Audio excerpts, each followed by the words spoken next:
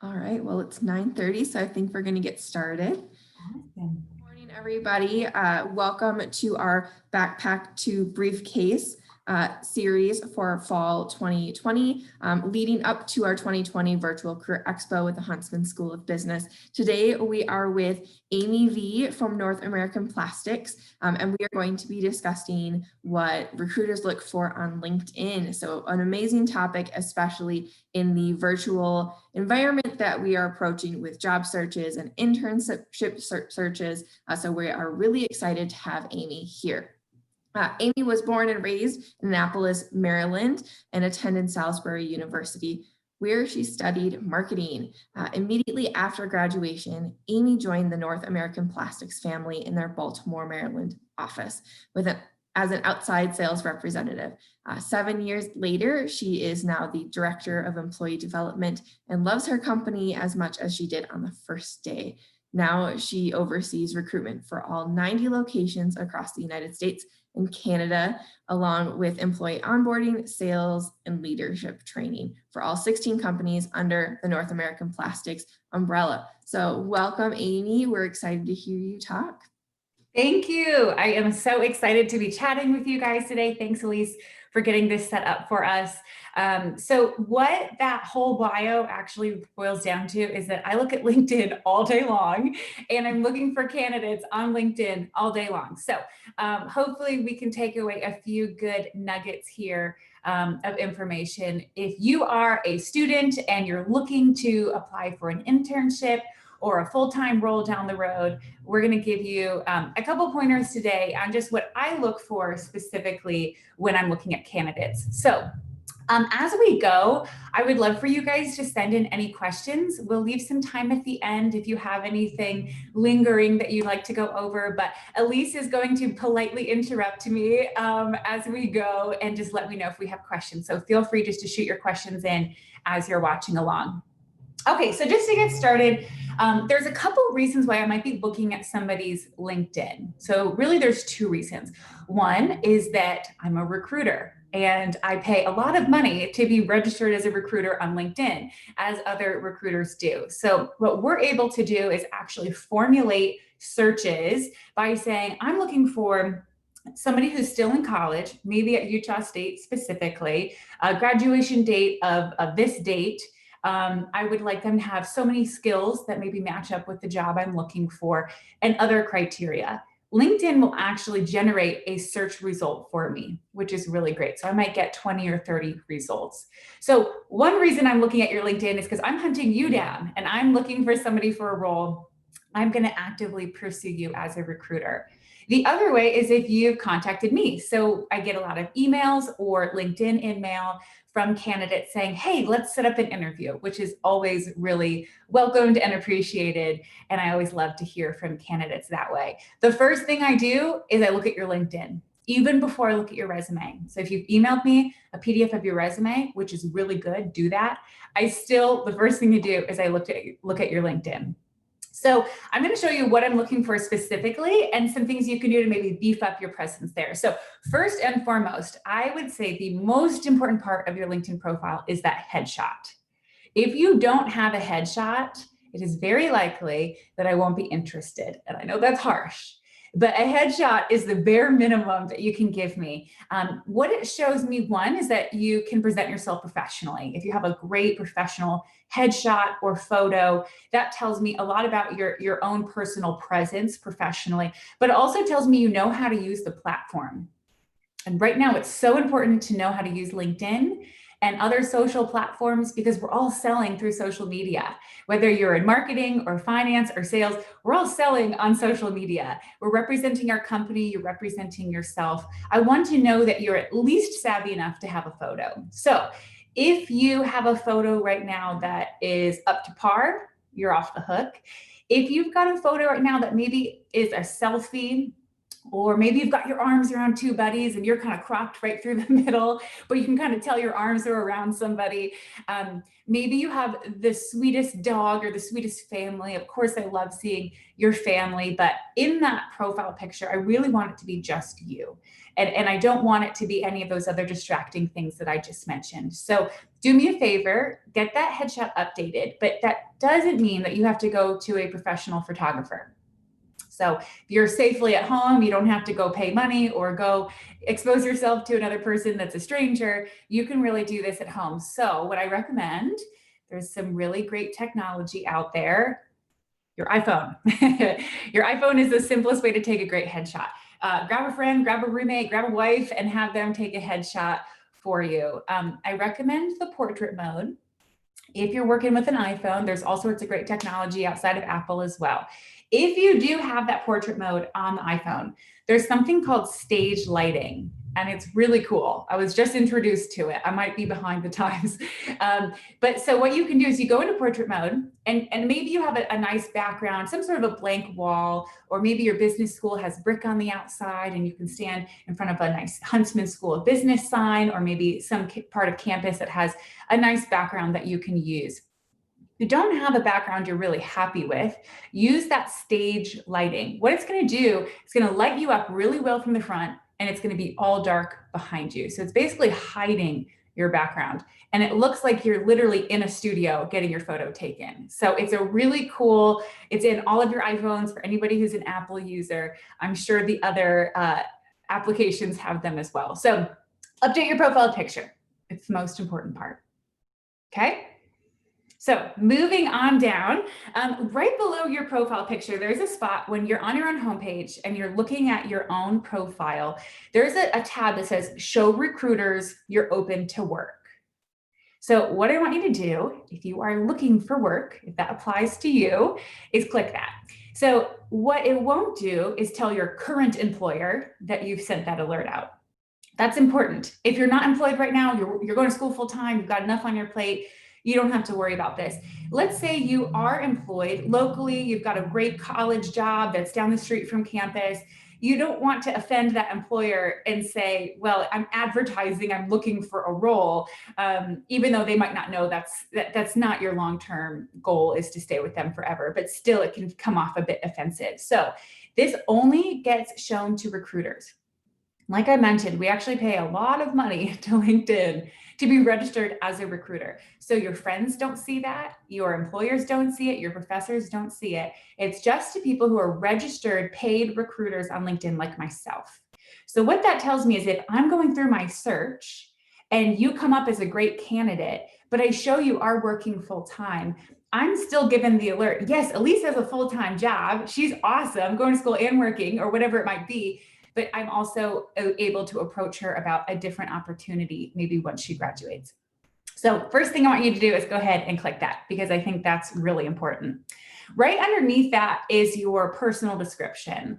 I don't want to see a big paragraph here in your description area, so I don't need your whole life story.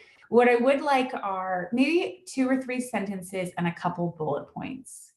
So I really want to know, who are you as a person? Even if you love outdoors, you love hiking, you love fishing, I think that's an acceptable spot to put a little bit of personal information. Give me a little taste of your personality. Also followed by, I'm a graduating senior, I'm extremely motivated, I'm in X, Y, and Z clubs, I'm a chair of the marketing association. Kind of give me a brief 2 or 3 sentence synopsis of what you have going on and put that right in your description. All right, everybody with me so far? Okay, excellent. Let's go down to the experience section. This can be scary for students. I get a lot of questions. Well, I'm in college, I'm serving at the restaurant down the street, but I haven't actually had a finance role or a marketing role yet, but I would like to be viable for employers. How do I make that work? If you have relevant experience, put it on there. If it's an internship, or even if you shadowed, if you've done a shadow week with the company, make sure it's on there. If maybe you are working in a retail store or you're a hostess right now, that's okay to still put that work experience on until you have something that's more in line with the career you're looking for. But what I want you to do is make sure you have some sort of bullet points underneath that experience that tells me how your job correlates to what your future career could be. So let's say you are working at a retail clothing store. I want you, and you're looking for a sales job. Try putting a couple bullets and say, I meet weekly sales goals. I oversee a team of 4. I help them meet their goals.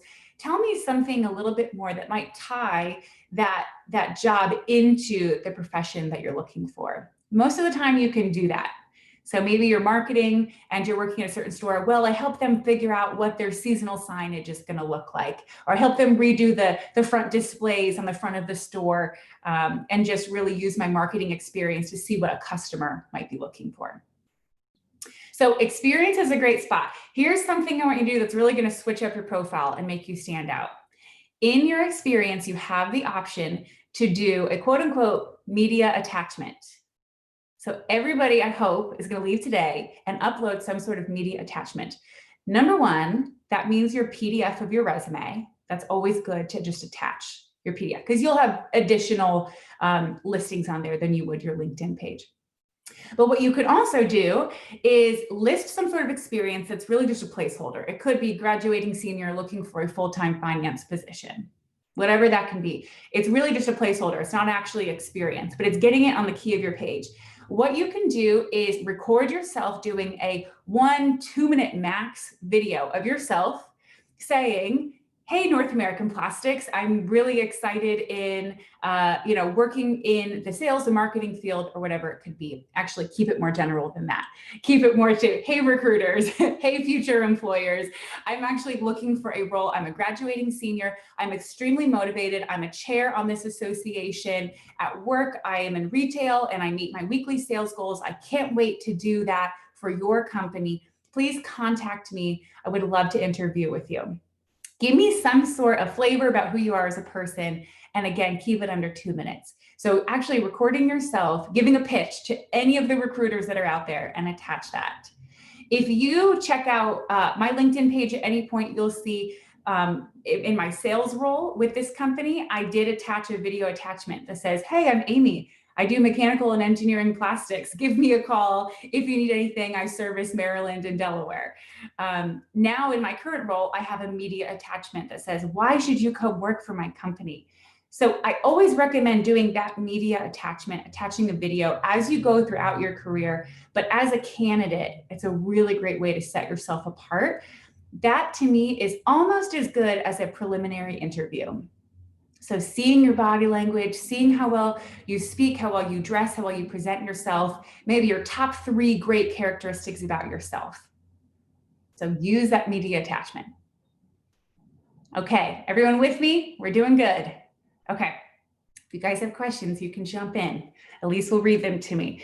So use that media attachment for sure. Down towards the bottom of your LinkedIn page, there's a spot where you can have recommendations. I recommend that you have at least 2 recommendations. So it is really good to have that. Again, me doing a quick recruiter search, or maybe you've reached out to me. I want to see what's Molly about. Let me hear more about Molly today. Instead of having to call your references and look through your whole PDF of your resume, I'm finding everything I need right there on your LinkedIn page, down to recommendations. You can solicit these recommendations from coworkers, your professors, a previous boss. And the great thing about LinkedIn recommendations is that without having to call that referral that you've put on your resume, I know that on LinkedIn, that person's a verified individual at a verified company. So it actually already authenticates who that person is. And I don't run the risk of this is actually your roommate saying they're the CEO of your past company. So it's actually a really good way to just cut to the chase, and it saves us a lot of time. So when I see candidates, I can just funnel through my interview process. I've seen a video. I kind of have a feel for who they are as a person, and I have verified referrals. That to me is pretty much skipping right through to the second step of my interview process. So if you save me time, that's a good thing for recruiters to see. All right, a few other things in just our last few minutes. Your number of connections actually does matter. I know that seems silly, but beef up your connections. I want to know that you're good at networking, that you maybe are pretty good at posting. You're posting relevant content for the field that you're interested in, and that content that you're posting is appropriate. That's very important because I can see that. Anybody can see what you've liked or commented on, let alone posted as well. That comes up in your history. So again, I just want to know that you're using the platform and that you're well connected. Speaking of using the platform, we do have a question. Is there a specific technology you would recommend for creating that media attachment, going back to your media attachment? Yeah, that's a good question. Okay, what I have actually done is PowerPoint can record. So I don't know if you guys know this. It's actually really kind of sneaky. PowerPoint does in fact record. And so I use that because everybody has PowerPoint and you can do a screen recording. And so I'll just throw up my camera app or something like that. You can also take it on your iPhone. And you can just set your iPhone, just make sure it's at a good angle, and then you can upload that onto your computer and attach. So don't go out and spend a lot of money on any sort of editing software. It can be as simple as if your laptop has a video capability, you can record a Zoom. So Zoom, you can have a free account. You don't have to have the account to just start video. Start a Zoom with video on. And in the bottom right corner, it says record. So you can do it on the Zoom app as well, which is really helpful. So really anywhere you can get your great smiling face on camera is good with me. Awesome, thank you. Of course, good question. Yeah, same thing with the headshot. It doesn't have to be too fancy. It's going to be this big on your LinkedIn page as well. So it's not going to be too intense. Okay, last couple things. Speaking of the video, I would like to tell you something that I recommend doing if you plan on reaching out to somebody. I started to get into this when I talked about your general video, when you're saying, hey, I'm Amy Venezia. I am doing this. I'm graduating when. I'm looking for an internship. Please contact me. These are the reasons why I'm so great. That's going to go in your experience. If you have a specific company you are interested in reaching out to in particular, here's what I want you to do. Find out the name of the person that you're going to contact. Let's say their name is John, okay? What I want you to do is, again, record a video. I want it to be under 30 seconds, nothing like the full-length experience page media. So I want you to start your video like this so that me as a recruiter, when I open my InMail, the first thing I see is, hi, Amy. People are vain and they love when you use their name. So use their name, but they also know it's really customized and it's customized for you, which is really great. So I want you to do this 20 seconds. So you start by saying, hi, John. I'm Amy Venezia with North American Plastics. I'm looking for an internship this summer in the sales and marketing field, blah, blah, blah, blah, blah. Give me 20 seconds or less. Can I please set up an interview with you? I'm attaching a PDF of my resume. I would love for you to reach out to set up an interview. So actually be actively reaching out to folks on LinkedIn. It's something just to set you apart. Again, it tells me you know how to communicate. I can see your body language. I can tell that you're professional. I can tell you dress well. And it really puts you above the 16 other people that might have messaged me that day. So you always want to set yourself apart. Okay, last little thing is just your skills section. Beef up your skills. Put different skills onto your profile. Other folks, your friends, ask your friends in your clubs and your classes to verify you and say, yes, I know that Logan is great at these 4 things. I often have people do that for me and I send them a thank you and then I'll go back and I'll verify them for the things I know. So give a little, take a little, ask your friends to help you out. And again, when I'm putting together my recruiter search, I'm specifically looking for specific skills. You're actually going to come up on that search a lot easier if you hit 4 or 5 of the skills I'm looking for. Some good skills would be, depending on the industry, if there's specific software that you know how to use. Excel is really good for the finance field, but really for any field, knowing that you have good Excel skills. Even things as general as sales, leadership, marketing, advertising, any of those, it can be relatively general just to help beef it up. And the more referrals that you have on there, the better.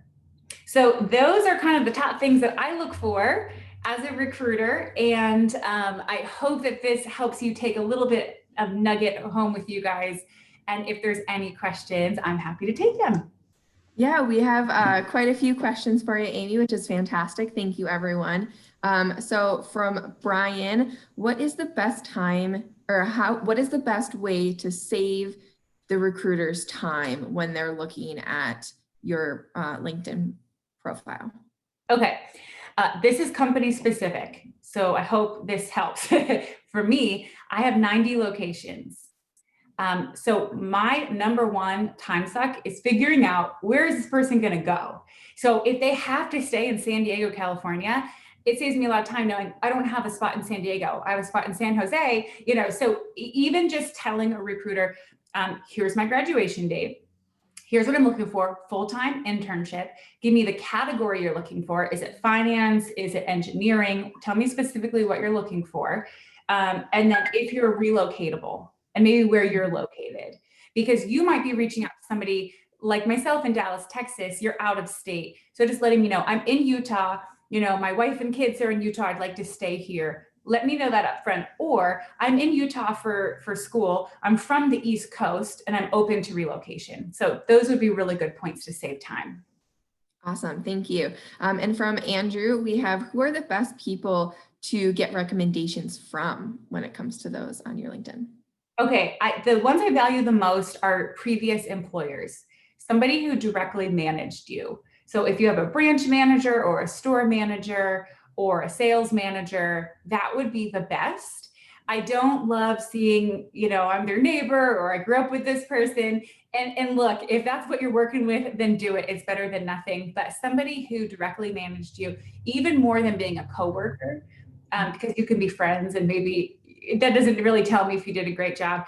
So direct managers and then customers. So if you happen to have a job where you have a customer that can testify to your customer service or your efficiency, that's another great referral.